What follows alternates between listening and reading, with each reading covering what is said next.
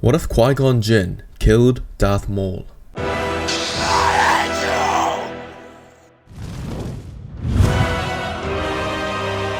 Let's begin on Naboo. Obi-Wan and Qui Gon head back to Naboo with Queen Amidala in an attempt to take the planet back from the Trade Federation. Obi-Wan and Qui Gon engage Maul in combat. The fight is relatively equal and lasts a long time. Qui Gon and Maul get separated from Kenobi. Qui Gon takes his Form 4 stance as Maul goes to knock his hilt in Qui Gon's face. Qui Gon senses this and ducks the strike, moves to his left and spins with his blade, cutting Maul in half, through the level of his chest. There is no way Maul survives this one. Qui Gon and Obi-Wan rush to meet with Queen Padme and Naboo's victory is assured. We'll pick this back up on Coruscant, mere days after Darth Maul's death. Qui Gon appears in front of the council once again. He tells the council that the boy is the chosen one, that he will train him, whether he has their approval or not. Yoda congratulates him on his success on Naboo, but tells Qui Gon that he senses danger in his training. Qui Gon tells Yoda that he gave his word to the boy's mother that he will become a Jedi. Mace tells Qui Gon that the majority of the council agree with him, and so he will be allowed to train the boy. Qui Gon is the perfect master for Anakin. He's not so beholden to the rules, just like Anakin, making them very similar. Anakin in his early days held a lot of resentment towards Obi-Wan, who felt like he had to train Anakin and didn't fully understand him, contributing to his fall to the dark side. Anakin wouldn't have had this resentment towards Qui Gon, who would empathize with Anakin. Qui Gon didn't follow the normal Jedi ideals. He understands the importance of attachments, which makes him unpopular amongst the Jedi in the Order. Qui Gon followed the will of the Force, and not the will of the Jedi Council. He did what he believed to be right. He didn't live by a code. He lived in the present and not in the future like the Jedi Council. Believing Anakin to be the chosen one, he would be very careful with his training. Anakin would skip the basic group training that all younglings would have at the temple and only have one-on-one with Qui Gon. After his recent fight with the Sith Lord, Obi-Wan is promoted to Jedi Knight. After a Phantom Menace, Palpatine has now been voted as Supreme Chancellor and his plans are in motion. Dooku has become his apprentice and they are preparing for the Clone Wars. 10 years pass by and Qui Gon teaches Anakin a lot of the living Force. Qui Gon is the father figure Anakin never had. Qui Gon drills into Anakin the importance of focusing in the present, in which he always has. Relying on one's instincts becomes second nature to Anakin. He already does this in flying and is one of the best in the galaxy. This translates into his swordsmanship, and at 19 years old is one of the top in the Order. Obi-Wan too often got Anakin to follow a plan rather than follow his instincts, whereas Qui Gon would get Anakin to hone in on his instincts, greatly increasing the ability to use his senses and listen to them. In the original story, Palpatine was the father figure Anakin never had, but now he has Qui Gon. Because of this, he wouldn't grow close to Palpatine and would just consider him as the Supreme Chancellor, nothing more. Palpatine would be frustrated in his inability to befriend Anakin and cut turning him over to the dark side from his plans. He would do it without him. Qui Gon and Anakin are sent to protect Padme Amidala, the senator of Naboo, after the recent assassination attempts on her life. Obi-Wan usually joins them, a brother to Anakin, but is being assigned another task by the council. Before they meet, Anakin admits to Qui Gon his feelings for Padme and how he has thought about her every day for the last 10 years. Qui Gon tells Anakin that he knows and senses it whenever her name is brought up. Qui Gon tells Anakin to embrace these feelings despite what the council thinks. Qui Gon tracks down Jango Fett back to Kamino and discovers the clone army, just like Palpatine wanted. Anakin goes to protect Padme and the two fall in love. However, Anakin begins to dream of his mother dying on Tatooine. He calls Qui Gon immediately, tells him and asks him what to do.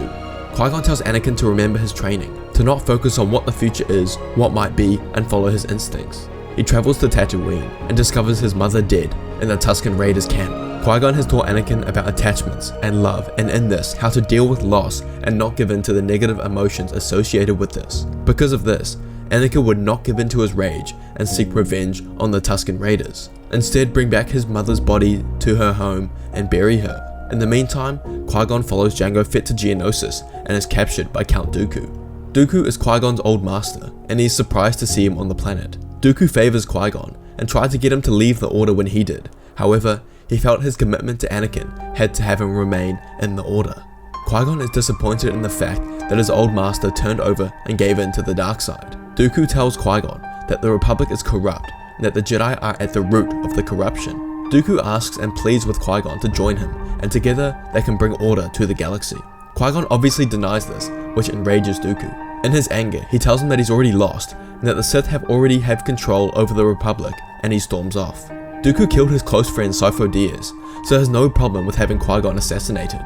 The events at the Colosseum take place as usual, and the Clone War begins.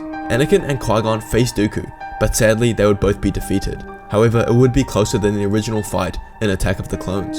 In Revenge of the Sith, Dooku easily faces both Obi-Wan and Anakin, who at that point were the best of the best in the Jedi Order, so Qui-Gon and a less powerful Anakin would be defeated but not killed. The Clone War has begun, and the Jedi Council has made the decision to lead the Grand Army of the Republic.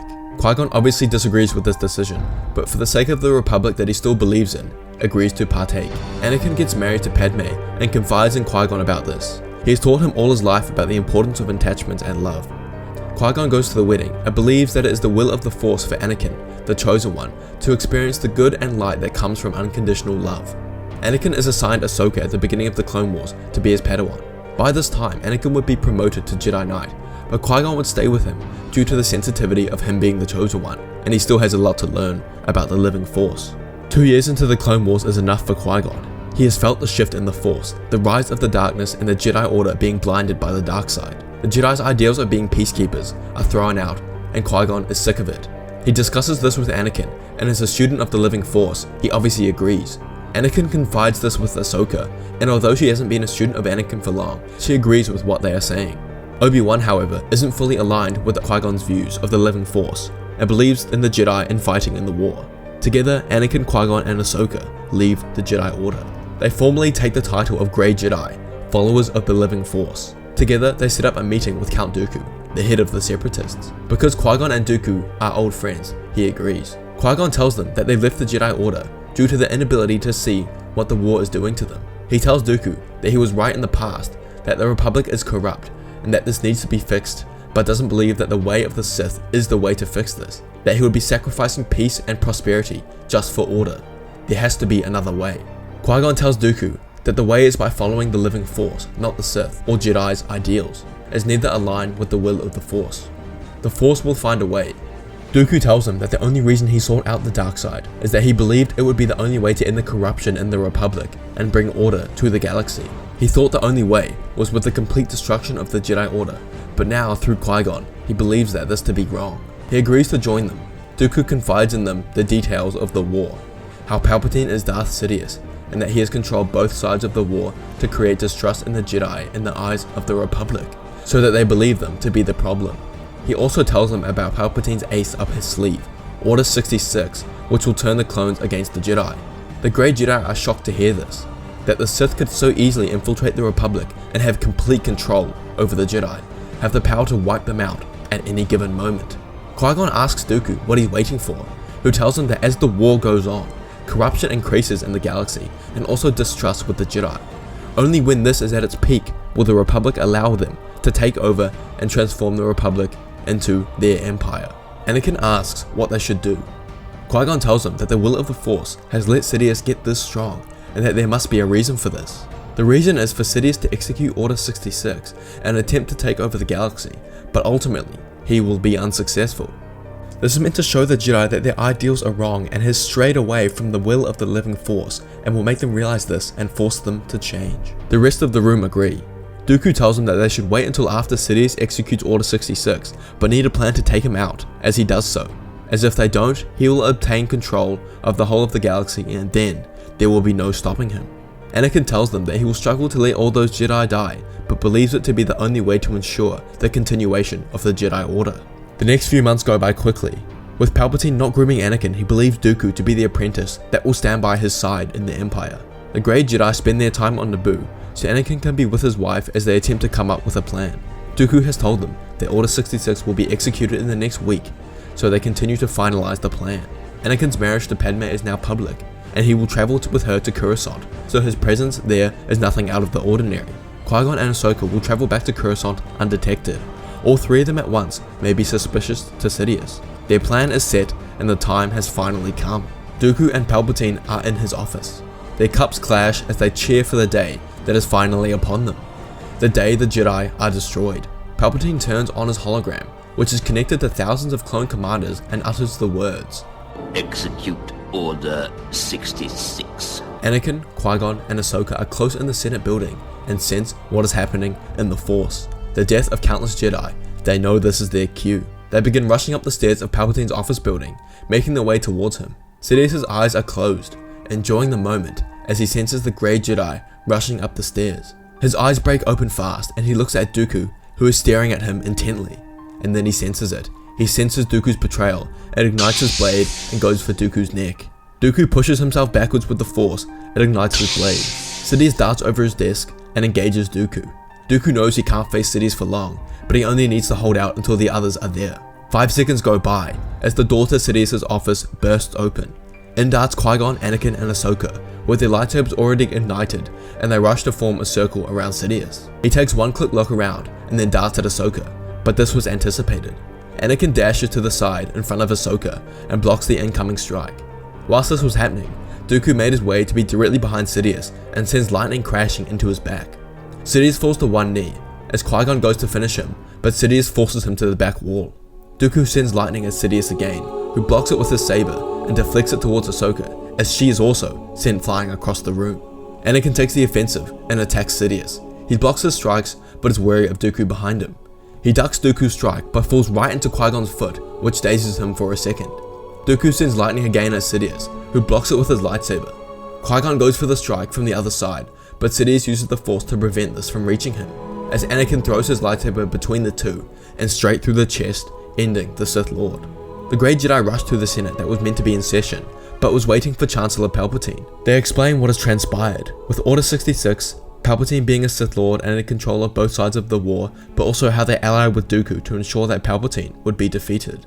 The Senate believes them, and they're asked to issue Order 65 to stop what the clones are doing and cease all of Palpatine's influence. They then travel to the Jedi Temple. Only Mace and Yoda survive out of the council, and the remaining Jedi are reduced to less than 10%. They hold a meeting, and Qui-Gon explains to Yoda and Mace about Sidious and how this was all the will of the Force to show the Jedi that they are going down the wrong path and need to correct their ways and ideals to ensure this. The two masters understand what he's saying and agree. Yoda asks Qui-Gon if he'll lead the Order down this path, as he failed to see what the Force desired all this time. Qui-Gon accepts, and Yoda decides to leave and spend the rest of his days elsewhere, where no one else knows. Qui-Gon takes the Order off to Ahch-To, the birthplace of the Jedi Order. From there, the Jedi's teachings changes to align with that of the living Force and carry out their role as peacekeepers and guardians of the galaxy from afar. Thanks for watching, guys. Please leave a like and comment. Hey guys, don't forget to check out our membership program for only 99 cents a month, which gives you these cool emojis to use in the comments as well as much more. Also, check out our Discord to hear about new video ideas first, link in the description.